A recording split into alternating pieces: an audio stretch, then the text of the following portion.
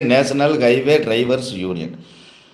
இன்னைக்கு ஞாயிற்றுக்கிழமை நம்ம லைவ்ல வந்திருக்கிற நண்பர்களே, அந்த தகவலை முதல்ல தெரியப்படுத்திக்கிறேன். இன்னைக்கு லைவ்ல என்ன பேச போறோம் அப்படின்னு கேட்டிங்கன்னா, முழுக்க முழுக்க நம்ம சங்கம் இப்போ நல்லா போயிட்டுருக்கு. 4 நண்பர்களுக்கு நம்மளால் முடிஞ்ச நன்மைகளை செஞ்சிட்ருக்கோம். சங்கம் வளர்ந்து வந்துட்டுருக்கு.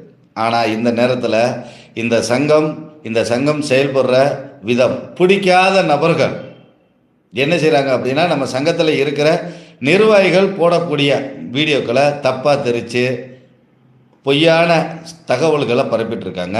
அது பற்றின தகவல்களை தெளிவாக தெரியப்படுத்துறதுக்கு தான் இப்போ இந்த லைவுக்கு நாம் வந்திருக்கிற நண்பர்களே. அதை முதல்ல நண்பர்களுக்கு நான் தெளிவாக தெரியப்படுத்திக்கிறேன். முழுக்க முழுக்க டிஎன் ஆல் டிரைவர் அசோசியேஷன் அப்படின்ற சங்கம் எப்படி செயல்பட்டுட்டு இருக்குன்னு எல்லா நண்பர்களுக்கும் தெரியும்னு நினைக்கிறேன். தெரியலைனாலும் நான் ஒரு தடவை தகவலை தெரியப்படுத்திக்கிறேன். சிறப்பான முறையில் இந்த சங்கம் செயல்பட்டுருக்கு. இந்த சங்கம் முழுக்க முழுக்க ஓட்டுநர்களுக்கும் ஓனர்களுக்கும் ஒரு பாலமாக அமையணுன்ற நோக்கத்தில் தான் நம்ம இப்போ வரைக்கும் செயல்பட்டுருக்கோம். தப்பு செய்கிற டிரைவர்கள் சைடு இருக்கிற குறைகளையும் நாம் சுட்டி காட்டுவோம். தப்பு செய்கிற ஓனர்கள் சைடு இருக்கிற குறைகளையும் நாம் சுட்டி காட்டிகிட்ருக்கோம். இது நம்மளுடைய இயல்பு. நம்மளுடைய நோக்கம் ஒன்று தான்.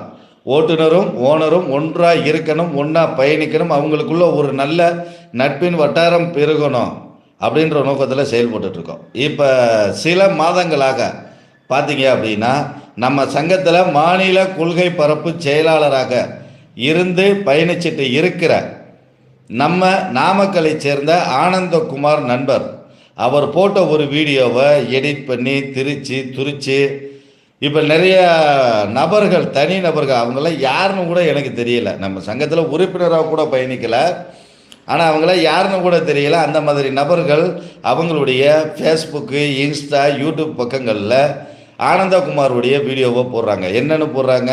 நல்ல விஷயங்களை போட்டால் பிரச்சனை இல்லை, ஆனால் கெட்ட விஷயங்களை அதை எடிட் பண்ணி போடுறாங்க. ஆனந்தகுமார் அப்படின்ற ஒரு நண்பர் நம்ம சங்கத்தில் முதல்ல பயணிச்சிட்டு இருந்தார், உறுப்பினராக ஜாயின் பண்ணார். பிறகு நாமக்கல் மாவட்டத்துக்கு அவரை தலைவராக போட்டிருந்தோம். நாமக்கல் மாவட்டத்தில் தலைவராக போட்டு செயல்பட்டு இருக்கும்போது நம்ம சங்கத்தில் இருந்து வெளியில் போயிருந்த நண்பர்கள் சில பேர் பண்ண தவறுகளுக்கு அவங்கள நம்ம சங்கத்தில் இருந்து வெளியில் அனுப்பிச்சிருப்போம். அந்த நபர்கள் பூரா ஒன்று சேர்ந்து ஆனந்தகுமார் நண்பரை பார்த்து பேசி இந்த சங்கம் அதை அப்படி சங்கம் இப்படி சங்கம் அப்படின்னு சொல்லி நம்ம சங்கத்து மேலே ஒரு தப்பான அபிப்பிராயத்தை கொண்டு வந்து அவர் நமக்கு எதிராக ஒரு 2 வீடியோக்கள் போட்டார். வரவு செலவு கணக்கு ஒப்படைக்க, உங்களுக்கு திராணி இருந்தால் என்னை தூக்கி உள்ள வைங்க அப்படின்ற மாதிரியான 2 வீடியோக்கள் போட்டிருந்தார். ஓகே நண்பா, நாங்கள் வரவு செலவு கணக்குகள் காமிக்கிறோம் அப்படின்னு சொல்லி அவர் போட்ட வீடியோ 7வது மாதம் போட்டார். போன வருஷம் நல்லா தெரிஞ்சுக்கங்க, 2025 7வது மாதம் அந்த வீடியோ போட்டார். 2025 8வது மாதம் ஆகஸ்ட் 17 நம்ம வரவு செலவு கணக்குகள் மீட்டிங் போட்டு எல்லாரையும் வர வச்சு அவங்கக்கிட்ட காமிச்சு அவங்களே வீடியோக்களும் போட்டு விட்ருக்காங்க. வரவு செலவு கணக்கு எல்லாம் சரியாக இருக்குது அப்படின்னு சொல்லி. ஆனால் ஆனந்தகுமார் நண்பர் போட்ட வீடியோவை ஒரு 12 மணி நேரத்திலேயே அழிச்சிட்டார். அன்னைக்கே அவர் அழிச்சிட்டார், நான் அதை குறை சொல்லலை, அழிச்சிட்டார். இருந்தும் அழித்தாலும் நம்மளுடைய கடமையை நம்ம சரியாக செய்யணும்னு சொல்லி மீட்டிங்கை போட்டு வரவு செலவு கணக்கு காமிச்சு அதை அன்னைக்கு நம்ம லைவ்லேயே என்ன நடந்துச்சுன்றதை அன்றைக்கெலாம் நம்ம மீட்டிங்கில் எதுவுமே பேசலை, லைவ்லேயே மற்ற நபர்கள் பேசுகிறத நம்ம எடுத்து போட்டு விட்டுருந்தோம். இது நம்ம நண்பர்கள் எல்லாருக்குமே தெரியும். இப்போ கூட சமீபத்தில் கூட அதை நம்ம எடுத்து போட்டு விட்டுருந்தோம், சரிங்களா? அதே மாதிரி இந்த வருடம் மே மாதம் 17 நாமக்கல்ல ஒட்டுமொத்த உறுப்பினர் நிர்வாகியின் அத்தனை பேரையும் கூப்பிட்டு மொத்தம் மீட்டிங்க்கு வந்திருந்தவங்க 381 நபர் நோட்டில் மட்டும் கையெழுத்து போட்டிருந்தாங்க. 381 பேர் வந்திருந்தாங்க. அந்த மீட்டிங்லேயும் ஆனந்தகுமார் நண்பர் முன்னாடி நின்று அனைத்து பணிகளையும் செஞ்சார். வரவு செலவு கணக்கு முதல் கொண்டு வந்தவங்களை வரவேற்கிறது முதல் கொண்டு அனைத்து பணிகளையும் செஞ்சுட்டு தான் இருந்தார். இதுவும் நம்ம நண்பர்களுக்கு தெரியும். நம்ம சங்கம் 2 முறை வரவு செலவு கணக்குகளை நம்ம ஒப்படைச்சிருக்கோம். அப்போ முதல் தடவை போன வருடம் 8வது மாதம் போட்ட மீட்டிங்கில் ஆனந்தகுமார் நண்பர் இல்லை. 7வது மாதம் அவர் மனசை கலைச்சி வீடியோ போட வச்சாங்க. 8வது மாதம் கணக்கு வழக்கு ஒப்படைச்சிட்டோம். திரும்பவும் 9வது மாதம் நம்ம சங்கத்தில் வந்து அவர் இணைச்சிட்டார். அண்ணே, இந்தந்த நபர்கள் உங்களை பற்றியும் சங்கத்தை பற்றியும் தப்பாக சொல்லி என்னை இந்த மாதிரி போட வச்சுட்டாங்க, மன்னிச்சிருங்கண்ணே அப்படின்னு சொல்லி அவர் மன்னிப்பு கேட்டார். திரும்பவும் 9வது மாதம் அவரை நம்ம சங்கத்துக்குள்ளே இணைச்சிக்கிட்டோம். செஞ்ச தவற ஒருத்தர் உணர்ந்து மன்னிப்பு கேட்டார். ஓகே நண்பா, தப்பு இல்லை, இது இயல்பாக எல்லாரும் பண்ணுற விஷயங்கள் தான், நீங்கள் மட்டும் இதுக்கு விதிவிலக்கு இல்லை அப்படின்னு சொல்லி நம்ம சங்கத்தில் அவர் இணைச்சி இப்போ வரைக்கும் அவர் சிறப்பாக செயல்பட்டுருக்கார்.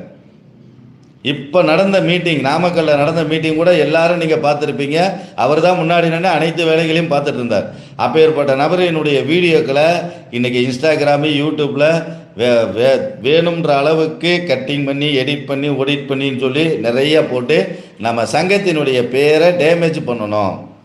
ஆனந்தகுமாரை இந்த சங்கத்திலேருந்து நம்மளாக வெளியில் எடுக்கிற மாதிரி கொண்டு வரணும். இந்த சங்கம் தப்பான சங்கம் சொல்லி ப்ரொமோட் பண்ணுறதுக்கு அவரை அன்னைக்கு போட்ட வீடியோவை எடுத்து வச்சுக்கிட்டு சிலர் நம்ம சங்கத்துக்கு எதிராக செயல்படக்கூடிய, அதாவது எப்படி சொல்கிறது, இந்த மாதிரி மனிதர்களை கொஞ்சம் பொறுத்துக்கங்க. இதெல்லாம் மனித ஜென்மமே கிடையாது, ஒரு கேடு கெட்ட ஈத்தரைங்க. ஏன்னா மான வெக்க ரோசம் சூடு சொரணை இல்லாத கேடு கெட்ட ஈத்தரைகதை இந்த மாதிரி வேலைகள்லாம் பார்ப்பாங்க. அந்த மாதிரி வேலைகளை பார்க்குற ஜென்மங்கள் இதை எப்படி சொல்லுவாங்க அப்படின்னா, ஒரு கணவனும் மனைவியும் ஒன்றா ஒற்றுமையாக ஒரு குடும்பத்துக்குள்ளே இருக்கும்போது புருஷன் மனசில் ஒரு விஷத்தையும் பொண்டாட்டி மனசில் ஒரு விஷத்தையும் வச்சு அந்த குடும்பத்தை பிரிக்கிறாங்க பார்த்தீங்களா, அந்த மாதிரி செயல் செய்கிற கேடு கெட்ட தரந்தாழ்ந்த இனப்பிறவிகள் இதெல்லாம். இந்த இனப்பிறவிகள்லாம் நம்ம என்ன செய்கிறதுனே தெரியலை. இது எந்த இனம்னே முதல்ல தெரியலை. மனித இனத்தில் வருதா மிருக இனத்தில் வருதான்னு கூட தெரியலை. அப்பேற்பட்ட கேடுகட்ட ஜென்மங்கள் சிலர் இந்த வேலைகளை பார்த்துட்ருக்காங்க. சரிங்களா? இந்த மாதிரி நபர்கள் சொல்வதை நம்ப வேண்டாம். இப்போவும் நம்ம சங்கத்தில் ஆனந்தகுமார் நண்பர் மாநில கொள்கை பரப்பு செயலாளராக சிறப்பாக செயல்பட்டுருக்காரு. இன்றைக்கி 100% சங்கம்தான் என்னுடைய வாழ்க்கை அப்படின்னு சொல்லி நான் எப்படி செயல்படுறேனோ அதே மாதிரி இன்றைக்கி சங்கம் என்னுடைய வாழ்க்கைன்னு சொல்லி 50% அவர் செயல்பட்டுருக்கார். அதை நான் மனசார அவருடைய செயல்பாடை வச்சே தெரியப்படுத்துகிறேன் நண்பர்களை.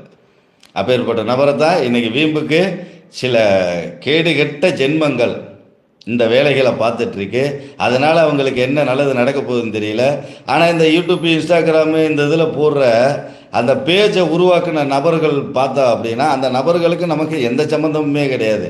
என்னன்னே தெரியாமல் ஒரு ஏதோ படத்தில் சொல்கிறேன், இருமாண்டி வீட்டுக்குள்ளேருந்து எவனோ ஒருத்தன் கூச்சி ஓடுனதுக்கு அவன் வச்சுருக்கானாமே அப்படி இப்படின்னு ஏதோ ஒரு பொருளையை கலப்பாய் பார்த்தீங்களா, அந்த மாதிரி நம்பிட்டு தெரிகிற ஜென்மங்கள், 6 அறிவு இருந்து யோசிக்கிற திராணி இல்லாத மூலகட்ட முட்டாப்பயல்கள் செய்கிற பணிகள் தான் இது பூரா.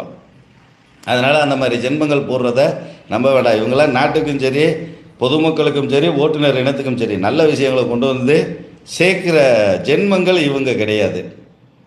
கெட்ட நபராக இருந்தாலும் அவர் செஞ்ச தவறுகளை சுட்டி காட்டி அவர் திருந்திட்டார்னா அதற்கான பதிலையும் போட்டு விடை தேடக்கூடிய நபர்கள் தான் சோசியல் மீடியா நண்பர்கள்னு ஒரு தர்மம் இருக்குது.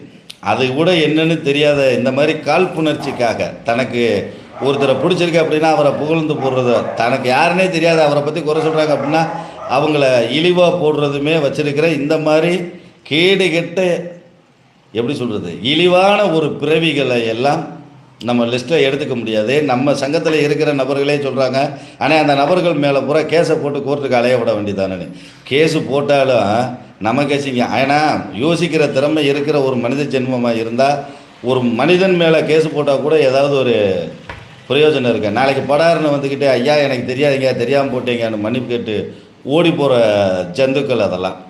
அதனால் இதுக்கு மேலே கேஸ் போட்டு வெட்டியாக நம்ம நேரத்தை வீணாக்க வேணாம்ன்றதுக்காக தான் வீடியோ வழியாக லைவ்லேயே நம்ம நண்பர்களுக்கு ஒரு தெளிவை கொடுத்துருவோம் அப்படின்றதுக்காக இந்த வீடியோ பதிவு நண்பர்களை. சரிங்களா? இன்றைக்கி லைவில் வந்து போடுறேன். ஞாயிற்றுக்கிழமை ஆகஸ்ட் 16, நேற்று தான் சுதந்திர தினம் சிறப்பாக கொண்டாடி இருக்கோம். ஆகஸ்ட் 16. போன வருடம் ஆகஸ்ட் 17 தான் நம்ம தேனி நிர்வாக அலுவலகத்தில் மாடியில் தான் வச்சு மீட்டிங்கே போட்டோம். ஒரு வருஷம் கூட ஆகலை, எவ்வளவு பஞ்சாயத்தை கொண்டு வராங்க பாருங்கள். ஏன்னா பூரா பொறாமை. இந்த பொறாமையை நம்ம இனத்தினுடைய வளர்ச்சிக்காகவோ இல்லை ஓட்டுநர்களினுடைய வளர்ச்சிக்காகவோ இல்லை நம்மக்கிட்ட இருக்கிற குறைகளை சுட்டி காட்டுறதுலேயே கொண்டு வந்திருந்தாங்கன்னா நல்லா இருந்திருப்பாங்க. இன்றைக்கி நம்ம பூராமே நண்டுகள் தானே. ஒரு நண்டு மேலே ஏறுதுன்னா அந்த நண்டு காலை பிடிச்சி கீழே இருக்கிற நண்டு இழுத்து வர மாதிரி இப்போ ஏற்பட்ட புத்தி உள்ளவங்க மத்தியில் இது இப்படி தான் போகும். அதை விட்டுருங்க. நம்ம நண்பர்களுக்கே தெரியப்படுத்துறது ஒன்று தான். யாராக இருந்தாலும் சரி, நம்ம சங்கம் சிறப்பாக எப்பையும் வெளிப்படையாக செயல்படும். நம்ம சங்கத்தில் பயணிக்கிற நண்பர்கள் உங்களுக்கு எப்போ எந்த சந்தேகம் வந்தாலும் தாராளமாக கேட்கலாம். வருடத்திற்கு ஒரு முறை பொதுக்குழு மீட்டிங் போட்டு அனைத்து உறுப்பினர்கள் மத்தியிலும் வரவு செலவு கணக்குகள் ஒப்படைக்கப்படும். 6 மாதத்திற்கு ஒரு முறை நிர்வாகிகள் மீட்டிங் போட்டு அப்போவும் வரவு செலவு கணக்கு ஒப்படைக்கப்படும். அதில் நீங்கள் எந்த கவலையும் பட வேண்டாம். அதையும் மீறி உங்களுக்கு ஒரு சந்தேகம் இருக்கு, ஆனால் நம்ம சங்கத்தினுடைய வரவு செலவு கணக்கில் எனக்கு ஒரு சந்தேகம் இருக்குண்ணே அப்படின்னா நீங்கள் எப்பயுமே யோசிக்க வேண்டாம். நேராக கிளம்பி தேனி ஆஃபீஸ் வாங்க. இங்கே அத்தனை ரெக்கார்டு இருக்குது. நீங்கள் உட்காந்து தாராளமாக பார்க்கலாம். வர்ற நண்பர்கள் ஞாயிற்றுக்கிழமை மட்டும் வந்துடாதீங்க. அன்றைக்கி ஆஃபீஸ் லீவு. திங்கக்கிழமையிலேருந்து சனிக்கிழமை வரைக்கும் காலையில் 9:30 மணியில் இருந்து சாயங்காலம் 6:30 மணி வரைக்கும் நம்ம ஆஃபீஸ் ஓப்பனில் இருக்கும். ஆஃபீஸ் எங்கே இருக்குன்னுலாம் நீங்கள் தேட வேண்டாம். தேனி புது பஸ் ஸ்டாண்டில் இறங்குனீங்க அப்படின்னா இறங்கி நேராக பழைய பஸ் ஸ்டாண்டுக்கு பஸ்ஸில் வந்துடுங்க. ஏன்னா புது பஸ் ஸ்டாண்டில் இருந்து இங்கே ஆஃபீஸுக்கு வர்றதா இருந்தால் ஆட்டோ வாடகை அதிகம். நேராக பழைய பஸ் ஸ்டாண்டு 10 ரூபா கொடுத்தா பழைய பஸ் ஸ்டாண்டு. பழைய பஸ் ஸ்டாண்டில் இறங்கிட்டீங்க அப்படின்னா அள்ளிநகர பொம்மனப்பட்டி டிக்கெட்டு போட்டு போகிற ஆட்டோ இருக்கும், 10 ரூபா தான். அதில் ஏறி நேராக கோகிலா ஆஸ்பத்திரி இல்லைன்னா அள்ளிநகர பஸ் ஸ்டாண்டு இறங்கி வீரப்பையனார் கோயிலுக்கு போகிற பாதையில் பாக்கியா ஸ்கூல் இருக்காமே அப்படின்னு கேட்டிங்கன்னா 1/2 கிலோமீட்டர். நல்லா தெரிஞ்சுக்கோங்க. பஸ் ஸ்டாப்பில் இருந்து பாக்கியா ஸ்கூலுக்கு ஒரு 1/2 கிலோமீட்டர் வரும். நீங்கள் நடந்தே வந்துடலாம். பாக்கியா ஸ்கூலுக்கு ஆப்போசிட்டில் தான் நம்மளுடைய ஆஃபீஸ். யாரையும் நீங்கள் தேட வேணாம். உங்களுக்கு எப்போ சந்தேகம் வந்தாலும் நம்ம சங்கத்தில் ஐடி கார்டு வாங்கி சந்தா கட்டி பயணிக்கிற நபர்கள் யாராக இருந்தாலும் உங்களுக்கு வரவு செலவு கணக்கில் சந்தேகம் இருக்குது அப்படின்னா யாரையும் நீங்கள் கேட்க வேண்டாம், யாருக்கும் ஃபோன் போட வேண்டாம். நேராக கிளம்பி வாங்க. ஆஃபீஸ்க்கு வந்துட்டீங்க அப்படின்னா ஆஃபீஸில் ஸ்டாஃப் இருப்பாங்க, இல்லை நான் இருப்பேன். நான் வெளியில் மீட்டிங்கில் இருந்தாலும் ஸ்டாஃப் இருப்பாங்க. எப்பா இந்த மாதிரி வரவு செலவு கணக்கு பார்க்க வந்திருக்கேப்பா அப்படின்னு சொல்லுங்கள். எடுத்து முன்னாடி போட்டுருவாங்க. நீங்கள் பாட்டுக்கு உட்காந்து பார்த்துக்கலாம். அது ஏற்கனவே ஆஃபீஸில் இருக்கிற ஸ்டாஃப்கிட்ட நம்ம சொல்லி வச்சுருக்கோம். நம்ம வரவு செலவு கணக்கு கேட்டு யார் வந்தாலும் ஐடி கார்டை வாங்க, அவங்கள செக் பண்ணுங்கள். நம்ம உறுப்பினர்னால் நீங்கள் தாராளமாக எடுத்து வரவு செலவு கணக்கை காட்டுங்க அப்படின்றத நம்ம தெளிவாக சொல்லிட்டோம். அதனால் நீங்கள் யாருமே கவலைப்பட வேணாம், சந்தேகப்பட வேண்டாம். நேரடியாக கிளம்பி வந்துக்கிட்டே இருங்க. இதுதான் நம்ம சங்கம் வெளிப்படையாக. ஏன்னா ஒவ்வொரு சங்கமும் செய்யாத விஷயங்களை முதற்கொண்டு செஞ்சு கொண்டு வந்துட்டு இருக்கிறவே நான். அது உங்கள் எல்லாருக்கும் தெரியும்னு நினைக்கிறேன். ஏன்னா இன்றைக்கி ஒரு உறுப்பினரை சங்கத்தினுடைய பயோலாவில் யாருமே ஏற்ற மாட்டாங்க. இன்றைக்கி 1717 உறுப்பினர்களை சங்கத்தோட பயோலாவில் ஏற்றி வச்சுருக்கிறேன். ஏன்னா அத்தனை பேர் தான் உறுப்பினர் ஃபார்ம் அனுப்பிச்சிருக்காங்க. இப்போ வரைக்கும் நம்ம சங்கத்தில் 3500 பேர் கார்டு வாங்கியிருக்காங்க. 1717 பேர் தான் உறுப்பினர் படிவம் அனுப்பிச்சிருக்காங்க. இதில் சந்தா கட்டுறவங்க 200 to 250 பேர் தான். சரிங்களா? நான் அதை பற்றிலாம் கவலைப்படல. ஆனால் உறுப்பினர் படிவம் அனுப்பிச்ச அத்தனை பேரையும் நான் சங்கத்தினுடைய பயோலாவில் ஏற்றி வச்சுருக்கேன். எந்த சங்கம் செஞ்சுருக்கு சொல்லுங்கள் பார்ப்போம். மாறுதட்டி சொல்லுவேன். டிஎன் ஆல் டிரைவர் அசோசியேஷன் உறுப்பினர்னால் பயோலாவில் ரெக்கார்டு இருக்குது அப்படின்னு. அந்த அளவுக்கு ஒவ்வொரு விஷயங்களையும் நம்ம ஓட்டுநர்களுக்காகவும் நம்ம நண்பர்களுக்காகவும் பார்த்து பார்த்து செஞ்சிட்ருக்கோம். இன்றைக்கி நான் இருக்கேன், இந்த சங்கத்தை வழி நடத்துகிறேன். நாளைக்கு நான் இல்லை, இறந்து போயிட்டா கூட இந்த சங்கம் அழிஞ்சு போயிடக்கூடாதுன்றத கட்டமைப்பை உருவாக்கி யார் வேணாலும் எடுத்து நடத்துகிற மாதிரியான தீர்மானங்களை போட்டு அதற்கான பயோலா விதிமுறைகளை மாற்றி எல்லாத்தையும் உள்ளே கொண்டு வந்து வச்சுருக்கேன் நண்பர்களே. நாளைக்கு நீங்களே இந்த சங்கத்தை எடுத்து நடத்துறதுக்கான வழிமுறையை தான் நான் பண்ணி வச்சுருக்கேன்.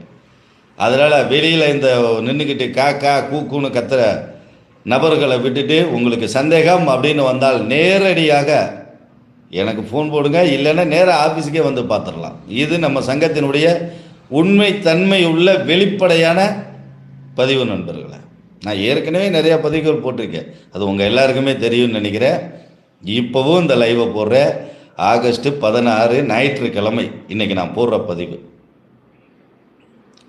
இந்த மாதிரி நம்ம சங்கத்தையும் என்னையும் நம்ம சங்கத்தில் பயணிக்கிற நிர்வாகிகளையும் தப்பாக சித்தரித்து போடுறதுனால இந்த கேடுகட்ட ஜென்மங்களுக்கு என்ன கிடைக்கும்னு தெரியலை. அந்த ஜென்மங்களுக்கு ஒன்றே ஒன்று மட்டும் சொல்லிக்கிறேன். உனக்கு தில்லு திராணி தெம்பு இருந்தால் நேரடியாக ஆஃபீஸில் வந்து எங்களுடைய ரெக்கார்ட்ஸை எல்லாம் நீ பார்த்துட்டு இந்த சங்கம் பொய்யான சங்கமா இல்லை உண்மையான சங்கமானு வெளிப்படையாக நீயே பதிவு போடலைன்னும் போது கண்டிப்பாக ஒரு நாள் இதற்கான நடவடிக்கையும் எடுக்கிற காலம் வரும். அன்னைக்கு நீ மாட்டும் போது உனக்கு சிறப்பான செய்கைகள் சட்டப்படி நடக்கும் நண்பரே. அதையும் நான் தெளிவாக வெளிப்படையாக தெரியப்படுத்துகிறேன். நன்றி நண்பர்களே.